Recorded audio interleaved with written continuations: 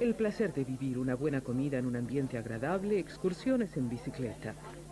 Todo esto lo hacía con gusto Franz Simon hasta aquel fatal domingo hace ya 20 años.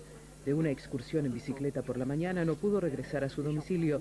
Lo encontraron al día siguiente, había perdido el conocimiento. Permaneció varias semanas en coma y cuando por fin despertó no podía hablar ni caminar. Al caer de la bicicleta se había dañado gravemente una parte del cerebro. De aquel accidente solo le han quedado unos problemas para hablar y algunas dificultades para ver. El cerebro de Franz Simon aprovechó sus fuerzas de autocuración.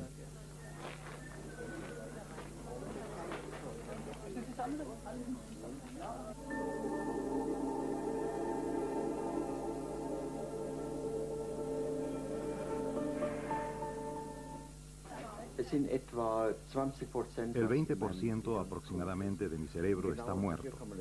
Se puede ver aquí, esta parte más oscura. Se extiende por todo el cerebro, de arriba a abajo. Ahí falta algo, en dirección al centro del lenguaje. Muy cerca, donde todavía hay células, se aprendieron cosas nuevas.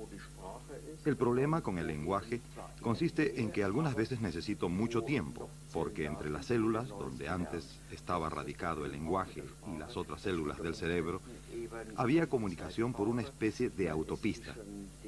Y ahora solo se hace por un sendero. Este es mi problema principal, el lenguaje.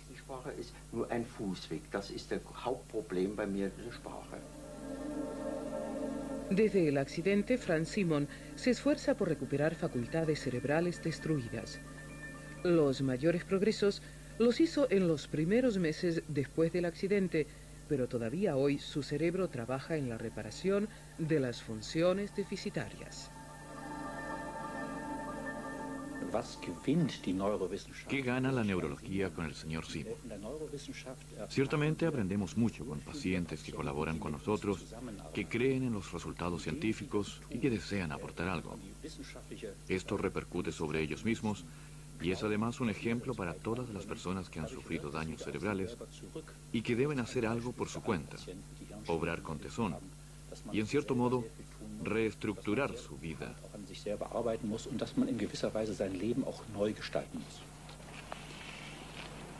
En 1980, cuando ocurrió el accidente, aún no era posible ver en directo cómo trabaja el cerebro, pero sobre su anatomía hace ya mucho tiempo que se tienen buenos conocimientos. En la Edad Media se hicieron ya operaciones en el cerebro y se extirparon abscesos y tumores. Las consecuencias de esas operaciones permitieron sacar conclusiones sobre el funcionamiento del cerebro. A mediados del siglo XIX se empezó a investigar con mayor profundidad el complicado trabajo del cerebro y su rendimiento psíquico. El anatomista alemán Franz Joseph Gall elaboró interesantes teorías y clasificó la superficie del cerebro en 27 áreas orgánicas: esferas del amor juvenil, del sentido numérico, de la capacidad educativa, del sentido del hurto, del instinto sexual, del sentido tonal y así sucesivamente. Gall partió de la hipótesis de que en el cerebro ciertas funciones están localizadas en determinados lugares del cerebro. Si estos lugares están desarrollados, forman protuberancias que se pueden reconocer en la cabeza. La idea no era tan absurda como parece a primera vista. En cierto modo, lo seguimos creyendo, con algunos cambios, por supuesto.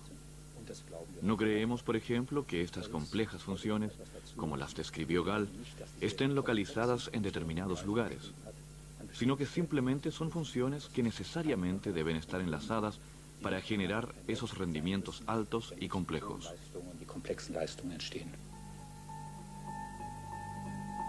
Hoy cooperan entre sí los investigadores de varias disciplinas para descifrar el funcionamiento de los 1.400 centímetros cúbicos de materia gris que constituyen el órgano rector del cuerpo humano. Se conoce la corteza visual, el centro de la audición y las áreas correspondientes al lenguaje y al movimiento. Desde que existen métodos como la tomografía computarizada, es posible investigar con detalle el cerebro en vivo. Mediante el procedimiento tomográfico se pudo constatar por primera vez la dimensión de los daños en el cerebro del señor Simon. Gracias a ello se pueden explicar ahora sus problemas de visión y de lenguaje. Le preguntamos al señor Simon si el accidente fue para él una tragedia. En vez de contestar, nos dice que no ha entendido esa palabra.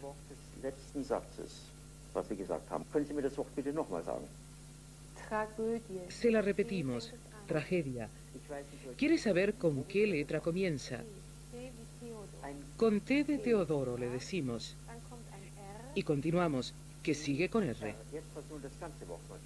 Nos pide que pronunciemos otra vez la palabra. Lo hacemos lentamente. Ahora sí la entiende, la conoce por el teatro, nos dice. Da muss ich sagen, und jetzt bitte sagen Sie den ganzen Wort, den ganzen Satz von vorhin nochmal. A continuación desea que volvamos a hacerle la pregunta inicial. Lo hacemos así y es entonces cuando por fin comprende nuestra pregunta. ¿Fue el accidente una tragedia para él? No, no fue una tragedia. Dice que él es un optimista irremediable y que entre tanto puede sobrellevar bien las consecuencias del accidente. Wesentlich weniger leben könnte als heute. Ich kann verdammt gut leben. El cerebro de Franz Simon soluciona sus problemas de comunicación indirectamente dando un rodeo. Hoy en día el funcionamiento del cerebro puede hacerse visible utilizando un escáner de tomografía por emisión de positrones, PET. Con sustancias radiactivas se muestra la actividad en determinadas áreas del cerebro. Esta tomografía permitió ver por primera vez cómo piensa el ser humano. Un simple ensayo mostró a los investigadores lo que hace el cerebro para organizar las múltiples impresiones.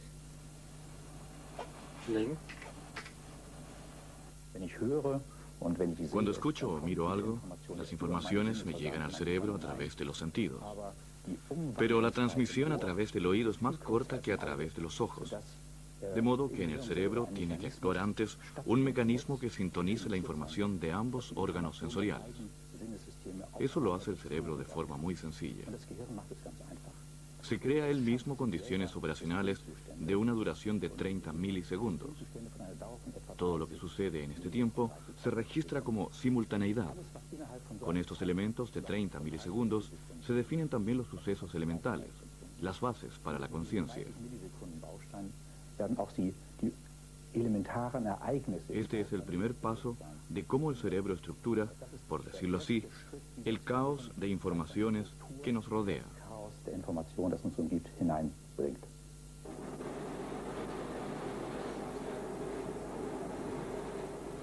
El conocimiento del cerebro no cesa de avanzar. Un nuevo método para investigarlo es la encefalografía magnética. Solo con la técnica más moderna es posible registrar las débiles señales magnéticas de nervios activos. La encefalografía magnética hace visibles los sentimientos y los procesos mentales, así como los lugares en que se forman. Entre la intensidad de las señales y el lugar donde se forman puede establecerse una correlación exacta.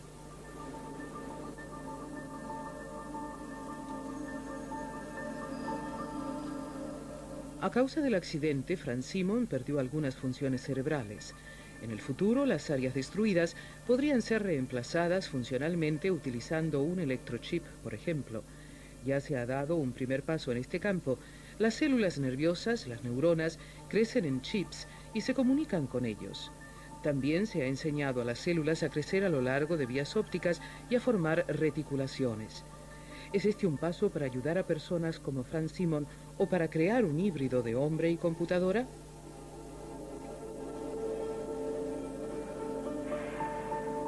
El cerebro de Franz Simon se ha curado en gran medida por sí mismo. ¿Cómo lo ha hecho? Aún es muy poco lo que sabemos de la materia posiblemente más complicada del universo, nuestro cerebro.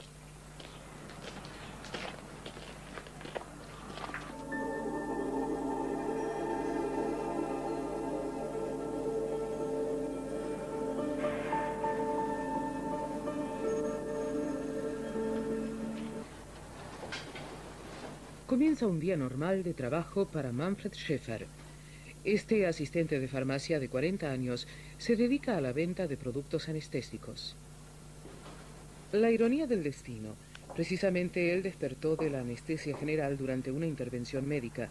Paralizado y sin embargo plenamente consciente, Manfred Schäfer tuvo que sufrir un proceso muy doloroso sin que los médicos advirtieran el estado en que se encontraba. Después de muchos años, aún se siente perseguido por el recuerdo.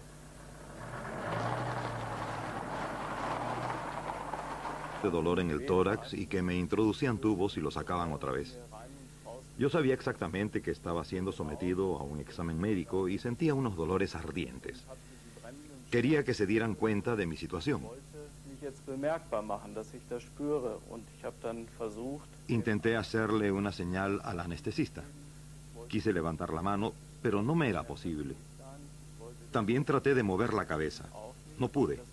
Era una sensación extraña. Quería expresarme, abrir los ojos, y no era posible.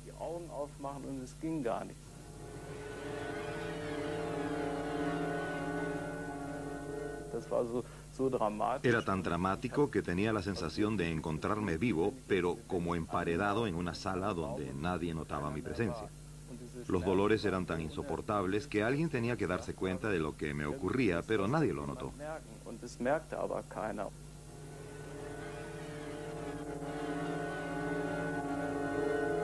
Despertar durante una operación quirúrgica o una intervención médica.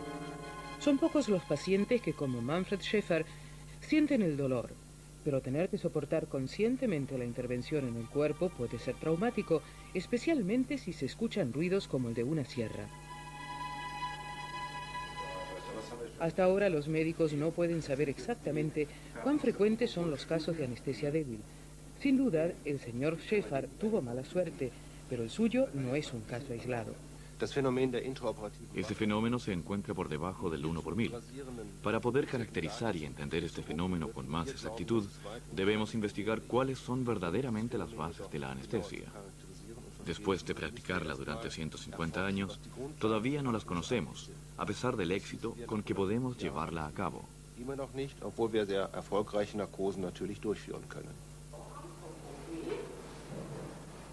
En un hospital clínico de Múnich se va a efectuar una operación de vesícula biliar. Se inicia la anestesia. La dosis de anestésicos se determina en razón de la edad, la estatura, el peso y la historia clínica del paciente. El anestesista inyecta varios preparados.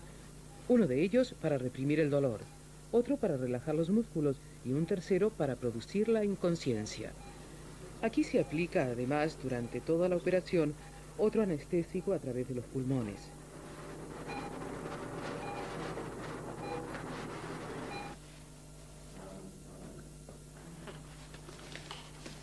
Hasta comienzos de los años 40, la anestesia era mucho más precaria y peligrosa.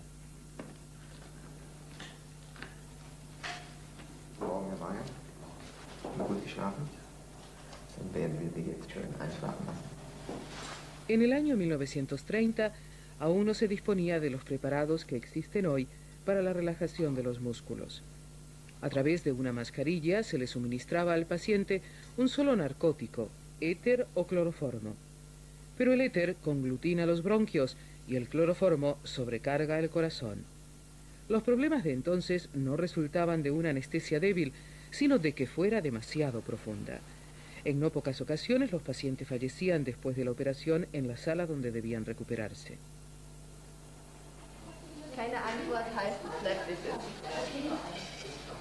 Hoy en día las operaciones son mucho más seguras, también en lo que atañe a la anestesia. Es posible medir exactamente la presión sanguínea, el pulso, la respiración y el contenido de oxígeno en la sangre, pero no se puede medir el grado de inconsciencia. ¿Estará despierto este paciente? Ninguna variación de estas curvas podría indicarlo con certeza. La alternativa es medir directamente el estado del cerebro. Consciente o inconsciente, esta es la cuestión. La respuesta, y para saberla se investiga en todo el mundo desde hace más de 60 años, tiene que encontrarse de alguna manera en los potenciales de acción cerebrales. En un proyecto de la Fundación Bávara de Investigación, los científicos intentan desarrollar un monitor de anestesia. Su función será medir el grado de anestesia y dar la señal de alarma en el caso de que el paciente despierte durante la operación. Los datos iniciales para el monitor son los potenciales de acción del cerebro del paciente.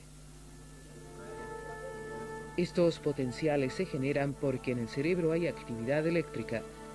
Ello se debe a unos 10.000 millones de neuronas que organizan un verdadero bombardeo con impulsos eléctricos. Los investigadores han descubierto que las neuronas se unen en grupos. Diferentes grupos se conectan entre sí formando redes. Estas redes coordinan sus actividades como hacen, por ejemplo, los instrumentos de una orquesta. Y solo si se coordinan puede alcanzarse la sincronización.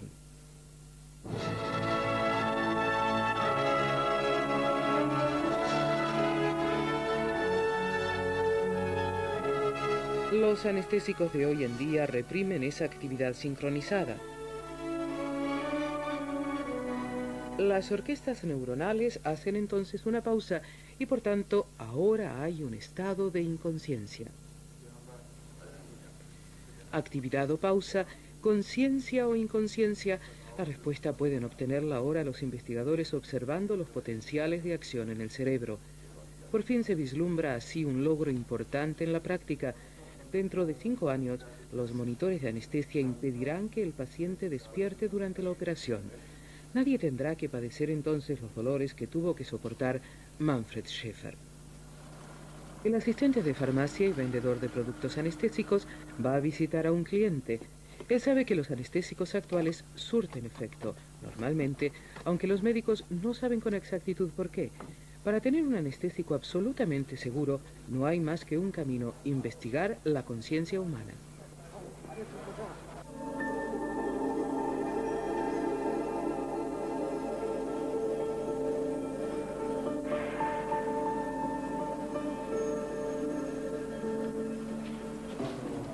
El Parkinson es una grave enfermedad del sistema nervioso. Solo en Alemania la padecen unas 280.000 personas. Es domingo. Karl-Heinz Gerhardt y su esposa Ingeborg desayunan tranquilamente. Desde hacía 2 años no tenían días tan tranquilos y exentos de preocupaciones. En 1986 se le había diagnosticado al señor Gerhardt la enfermedad de Parkinson. Tenía entonces 51 años. En 11 años se transformó de un hombre alegre y deportivo en un enfermo necesitado de cuidados. Al final no había medicamentos que pudieran suprimirle el temblor y la rigidez del cuerpo. Él no quería vivir más en tal situación. Optó entonces por una intervención quirúrgica en el cerebro. Hoy el señor Gerhardt lleva otra vez una vida normal, gracias a un electrodo en su cerebro. Para el matrimonio comenzó entonces una nueva vida.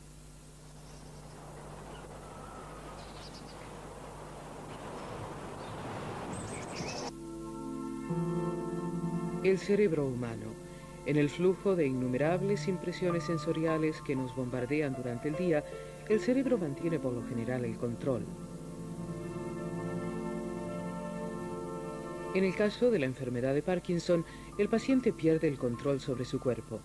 Apenas puede caminar sin ayuda y solo da pasos cortos. Las extremidades tiemblan constantemente. Actividades cotidianas como tomar alimentos y bebidas son un suplicio y requieren la ayuda de otra persona. Para el enfermo eso significa marginación social y aislamiento. Muchos de los afectados padecen graves depresiones.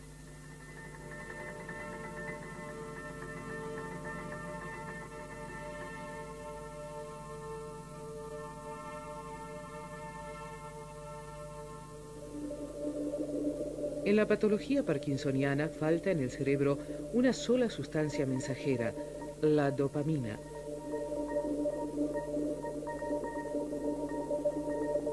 Debajo de la hipófisis, una glándula reguladora de hormonas, se halla el mesencéfalo o cerebro medio. En el corte transversal vemos el núcleo oscuro, la llamada sustancia negra que se destruye en la enfermedad de Parkinson. Una de las características del parkinsonismo es que en pocos años el rostro del enfermo adquiere el aspecto de una máscara. La mímica original se pierde y se produce la típica rigidez facial. A muchos de los enfermos de Parkinson se les puede ayudar con un electrodo en el cerebro. A través de la bóveda craneal se accede al cerebro. La operación se hace en estado de plena conciencia. Karl-Heinz Gerhardt se acuerda bien de la operación. No sentía nada, pero sí oía el ruido del taladro que sofocaba las demás impresiones. Y era consciente de que estaban penetrando en su interior, en el núcleo de su vida, en la sustancia portadora de su inteligencia.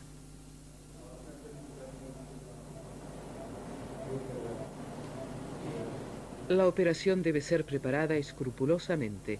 Un desvío de solo 1 milímetro puede destruir funciones importantes del organismo. La simulación por computadora le muestra al cirujano el camino que debe seguir. El electrodo de simulación se introduce con toda precisión en una cánula guía para penetrar en el cerebro. Al paciente no se le suministran medicamentos, por eso le tiembla el cuerpo entero. Debe permanecer consciente para informar al equipo de médicos del estado en que se encuentra. La fase decisiva de la operación, el electrodo llega al punto de destino en el cerebro.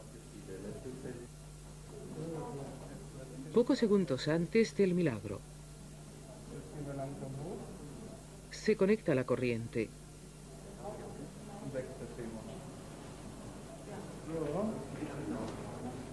En cada hemisferio del cerebro se implanta un electrodo.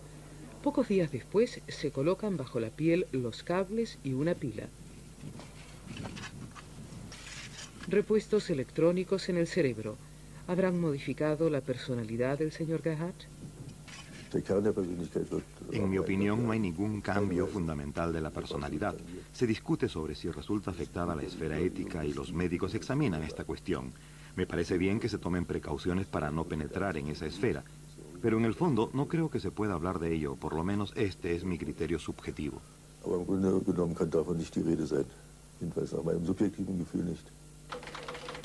No todos los enfermos de Parkinson pueden ser tratados por este método denominado neurosimulación, pero al señor Gerhardt le ha servido para llevar otra vez una vida normal. El cerebro, un nuevo campo de investigación común para médicos e ingenieros, se desarrollan ya implantes electrónicos como ayuda para oír y ver. Se intenta tender puentes para vías nerviosas dañadas y se quiere reanimar áreas cerebrales muertas con neuronas jóvenes. Visiones. Mediante transmisión de imágenes, el cirujano podría recibir todos los datos importantes para una operación, del mismo modo que este personaje femenino se informa de otro masculino. Todavía es una ficción, pero lo cierto es que investigadores norteamericanos se aproximan a la realidad de conectar directamente el cerebro humano con una computadora.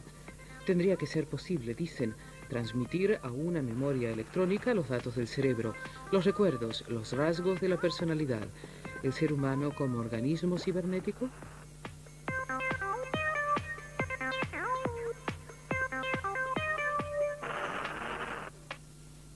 Son, claro está, visiones sobre el hombre del futuro, pero ya se inició la ruta de la técnica a través de nuestro organismo. Algunas personas, como Karl-Heinz Gerhardt, se congratulan de que la técnica proporcione una nueva calidad a sus vidas. El señor Gerhardt lleva un electrodo en el cerebro. Aún se sabe muy poco sobre cómo actúa exactamente el mecanismo y cuáles serán los efectos a largo plazo. Aún estamos en los comienzos de la investigación del cosmos que llevan en la cabeza.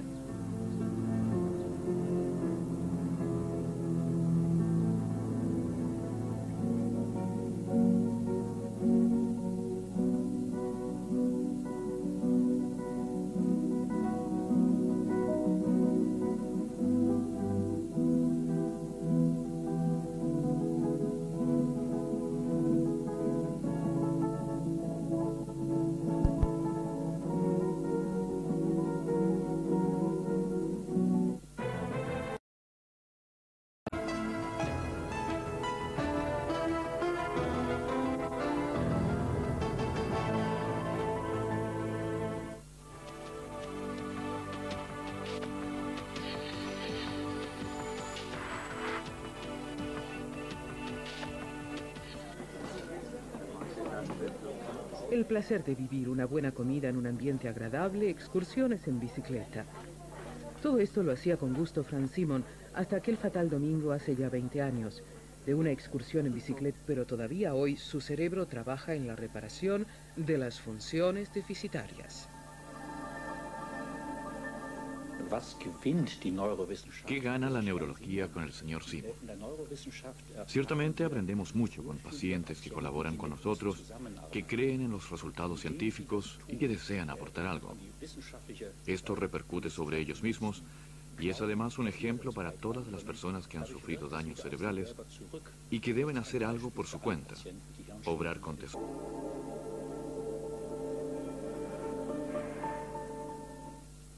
El 20% aproximadamente de mi cerebro está muerto. Se puede ver aquí, esta parte más oscura. Se extiende por todo el cerebro, de arriba a abajo. Ahí falta algo, en dirección al centro del lenguaje. Muy cerca, donde todavía hay células, se aprendieron cosas nuevas.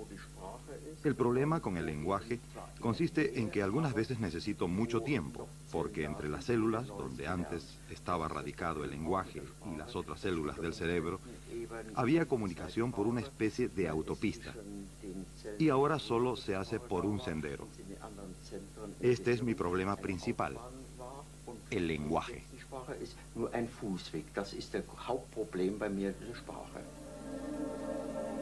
Desde el accidente, Franz Simon se esfuerza por recuperar facultades cerebrales destruidas.